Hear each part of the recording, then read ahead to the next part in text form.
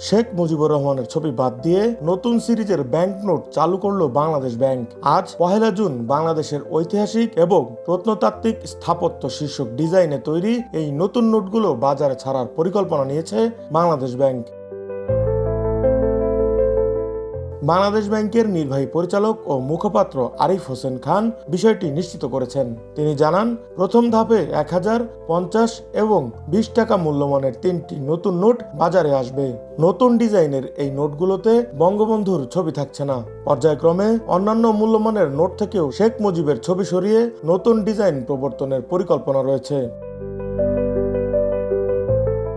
বাংলাদেশ ব্যাংকের governor doctor Ahsan H Mansur স্বাক্ষরিত নতুন সিরিজের নোটগুলোতে দেশের বিভিন্ন ঐতিহাসিক ও প্রত্নতাত্ত্বিক স্থাপনার চিত্র তুলে ধরা হয়েছে।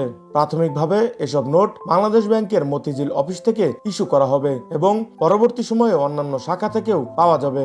তবে নতুন নোটের পাশাপাশি বর্তমানে প্রচলিত সব ধরনের কাগজে নোট ও ধাতব মুদ্রা চালু থাকবে বলেও জানানো হয়েছে।